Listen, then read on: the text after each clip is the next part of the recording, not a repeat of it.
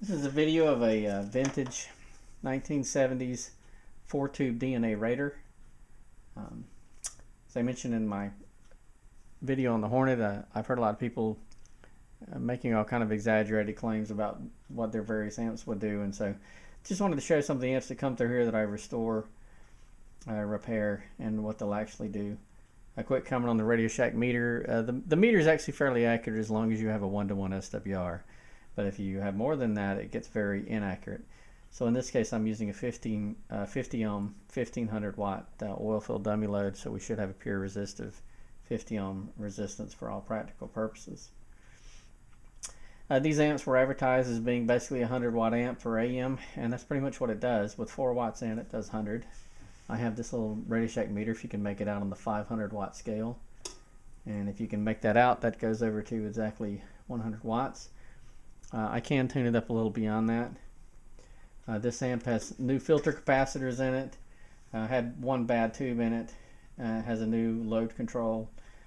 And there were other problems with it. I actually wish I'd kind of taken a picture of this amp before I repaired it, because it was filthy. I mean, I don't know where this thing was, a garage or barn or where it was, but it was pretty pathetic when they brought it. And I went and cleaned it all up, and the rag was filthy, dirty inside and out as far as the top. Fortunately, the electronics on the bottom half were clean, but the top and just inside the tubes was filled with dirt. And I cleaned all that up, and I repainted it.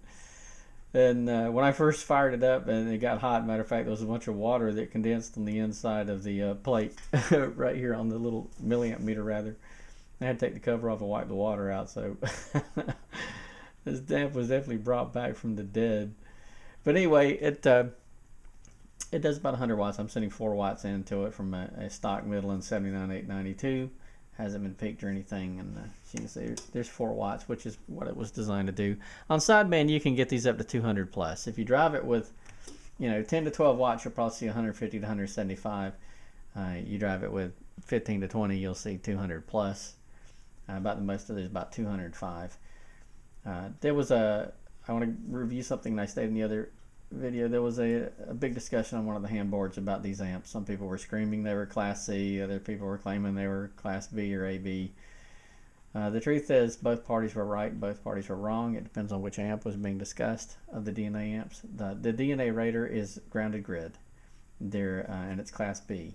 There is absolutely no fixed bias or grid leak bias on a D&A Raider. Now, that's not necessarily true for some of the other D&A amps. But as far as the D&A Raider is concerned, it's 4 6JG6A tubes and grounded grid. The grids are all grounded, and there is no bias. There's no fixed bias. There's no grid leak bias. There's no cathode bias. There is no bias. Straight grounded grid. Has about 900 something volts on the plate under no load, and drops a little when you key it down. And has a tuned input on the back, and then the BTL is a receive preamp, which almost never works. Most of the time when you get these, the transistor is blown, and they're easy to fix, but it isn't long before it blows it again. There's just nothing really, I guess, to protect the transistor from any spikes coming down the line. So they tend to blow, but otherwise it's not a bad little amp. Now, it does get kind of hot, tends to need a fan.